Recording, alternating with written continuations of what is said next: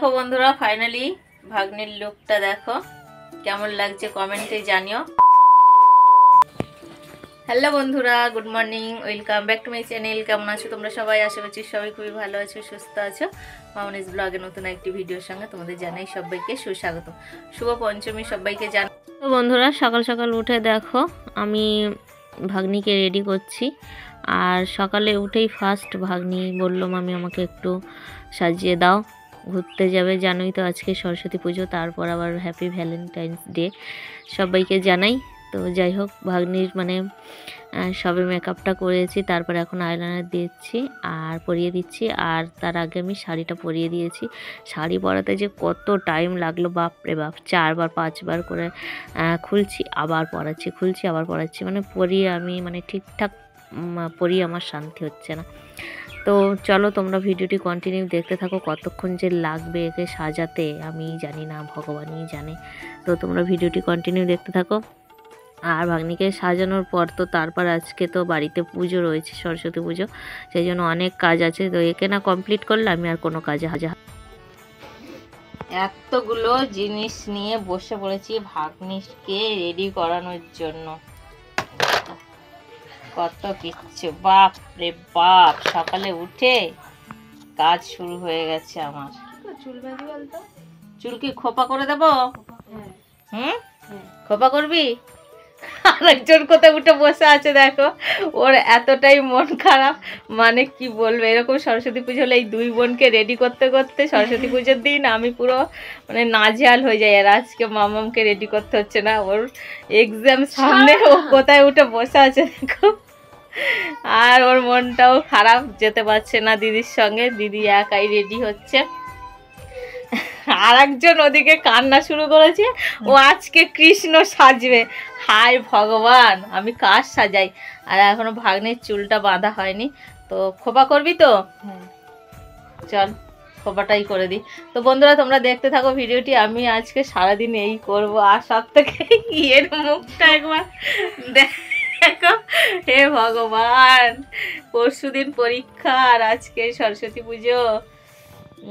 এরও রেডি করতে করতে আমার বেশ ঘন্টা 2 টাইম লাগতো। তো একদিক দিয়েই রেহাই হয়েছি আমি, পরীক্ষাটা সামনে বলে। কিছু বল যে আজকে তোর কেমন লাগছে?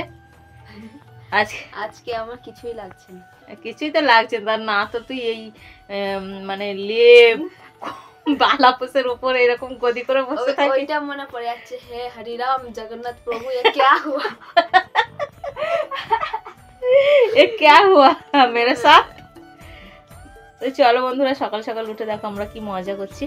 আর তোমরাও ভিডিওটি কন্টিনিউ দেখতে থাকো। চলো ভাগ্নিকে রেডি করি। বন্ধুরা, ভাগ্নির চুলটাকে নিয়েও সমস্যায় পড়া গেছে। খোপা করতে চাইছি, কিছুতেই খোপাটা আমি করতেই পারছি না। যেভাবে করে দেবো ভাবছি সেটা আমি করতেই পারছি না খোপাটা। তো 4-5বার ওই রকম শাড়ি পরানোর মতো চুলটা বাঁধার জন্য 4-5বার শুধু চুলটা খুলছি আর বাঁধছি, খুলছি আর বাঁধছি, কিছুতেই বেঁধে কমপ্লিট করতে পারছি না বন্ধুরা। তো চুলটা একটু সিল্কি সিল্কি টাইপের খুবই, ওই জন্য খোপাটা আটকাচ্ছে না। উফ, বাপরে বাপ, ফাইনালি আমি ভাগ্নির চুলটা বাঁধতে পারলাম। সত্যিকারে বন্ধুরা, এত চুল সিল্কি, তো আমি খোপাটা ঠিক করতেই পারছিলাম না। তো ফলস খোপাটাকে আমি আটকালাম, এই অরিজিনাল খোপাটা আমি রাখার জন্য। তো বলছে, মামি আমার এত বড় বড় চুল, আবার ফের আমাকে ফলস খোপা দিলে, আমি এই খোপাটা না দিলে তোর তোর অরিজিনাল খোপা আমি করতে পারবো না। ঠিক আছে। তো এই শাড়ি পরানো আর সব থেকে চুল বাঁধাটা, শাড়ি পরানোটা মেন ব্যাপার। সাজ লুক ফাইনাল লুকে আসছি, তারপর তোমরা দেখতে পাবে কেমন সাজালাম। আর চলো তোমরা দেখতে থাকো। তো বন্ধুরা, ভাগ্নির ফাইনাল লুকটা দেখে নাও তোমরা। নীল শাড়িটা পরেছে, আর নীল শাড়ির মধ্যে শিউলি ফুল আছে। আর দেখো সাদা ব্লাউজ আর সাদা ফুল দিয়ে দিয়েছি মাথায়, সাদা ঝুমকোও পরেছে। তো এই ফাইনাল লুক। তো ও যাবে সোনারপুর ওর কলেজে ফ্রেন্ডদের সঙ্গে ঘুরতে, ওখানে সরস্বতী পুজো আছে, তো চলে যাবে। আর ও গেলে তারপর আর বাদ বাকি কাজ করব, তারপর আমি বাড়িতে তোমরা দেখতে।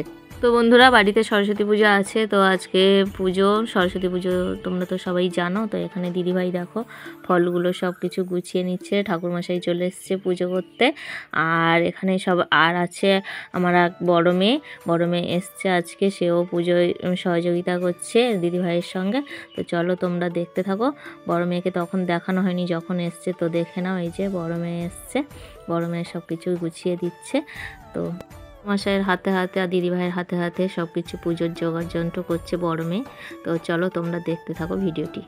তো বন্ধুরা দেখো ফলমূলগুলো এখানে ভালোভাবে গুছিয়ে নেওয়া হয়ে গেছে, এবার পুজোতে বসবে।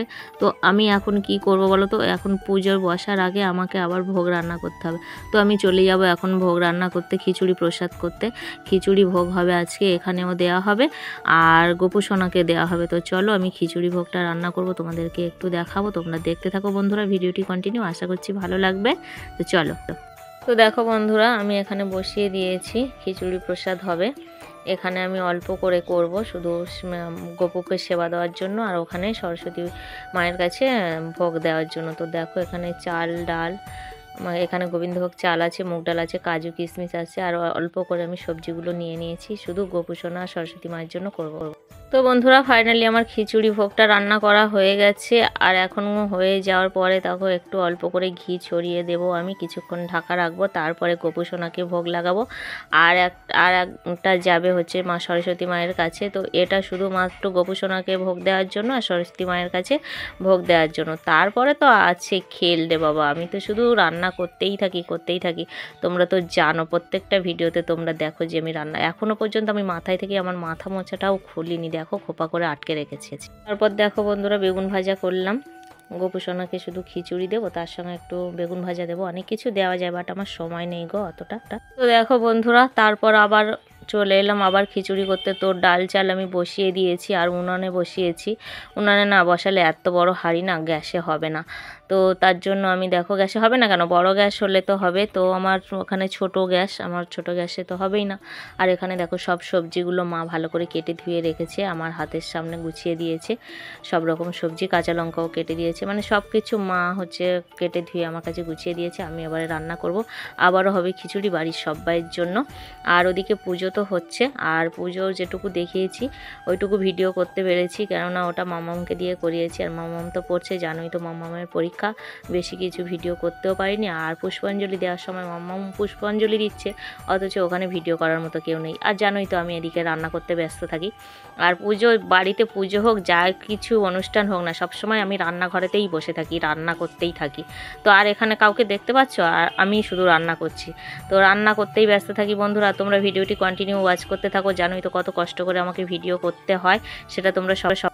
তো বন্ধুরা এবার একে একে সবজিগুলো সব কিছু আমি ভেজে নিচ্ছি, দেখতে পাচ্ছ। শুধু মামামকে একটু ডাকলাম যে আমি রান্না করছি, একটু ভিডিওটা করে দিবে। ও তো আসছেই না, বলে শুধু ডাকছে। তো একে একে সবজিগুলো সব কিছু আমি ভেজে নিচ্ছি। আর দেখছো বন্ধুরা আমি একাই রান্না করছি, রান্না করতে আমি বলছি যে রান্না করতে করতেই আমার জীবনটা পুরো শেষ হয়ে গেল, আমি আর পারছি না রান্না করতে। তো যাই হোক রান্নাটা কমপ্লিট করি। তো বন্ধুরা খিচুড়ি করা কমপ্লিট, আর সবাই খেতে বসে গেছে। আর সবাইকে দেখাতে পারছি না, কারণ বাড়ির সবাই তো জানোই তো কেউ ক্যামেরাতে আসতে চায় না। ওখানে দিদিভাই দিচ্ছে আর আমি এখানে দুই মেয়েকে দিচ্ছি। তো আমরা সবার খাওয়া গেছে, আর সবার লাস্টে আমরা দিদিভাই খাচ্ছি। আমরা দেখ এক গামলা ধরে বসে পড়েছি, দুই বউ খেয়ে নেবে। সারাদিন এত খাটাখানির পরে খাবো না একটু বেশি করে? তুমি ওয়াও বলে বোঝাতে পারবো না বন্ধুরা, এত সুন্দর খিচুড়ি হয়েছে। রান্নার তারিফ, হাত একদম চেটে খেয়ে নিতে ইচ্ছা হচ্ছে। হাত আমার মনে হয় বস্তা বেঁধে রাখতে হবে, 10 জ্বালায় হয়েছে। তো বন্ধুরা খাওয়া দাওয়া কমপ্লিট, আর তোমরা তো দেখলে আমি আর দিদিভাই কত মজা করছিলাম খেতে খেতে। তো আমরা দুজনেই এরকমই মজা করি সব সময়। আর দেখো এখানে বড় মেয়ে আবার রেডি হয়ে গেছে, চলে যাবে, ও যাবে কীর্তন শুনতে, এক জায়গায় কীর্তন আছে। তো আমি বললাম তুই চলে যাবি, যতক্ষণ একটু তোর মুখটা ভালোভাবে দেখাই। তখন তো পুজোর কাজ করছিলিস, সেই জন্য তোকে ভালোভাবে দেখানো যায়নি। তো তাড়াতাড়ি দেখা দিল, দেখো বললো যে দেখো আমি চলে যাব, তাড়াতাড়ি আমাকে দেখাও। তো রাধে রাধে বলছে, তো সেই ভয়েসটা আমি নিতে পারিনি। তো রাধে রাধে বলে ও বেরোবে। আর আজকে ভিডিওটি যদি ভালো লাগে তোমাদের তাহলে like comment share and subscribe করো। আর জানি ভিডিওটি অনেকটাই বড় হয়ে গেছে বন্ধুরা, প্লিজ সবাই দেখো, অনুরোধ রইল তোমাদের কাছে। তো দেখা হচ্ছে নেক্সট ভিডিওতে, ততক্ষণ সুস্থ থাকো, ভালো থাকো, টাটা বাই।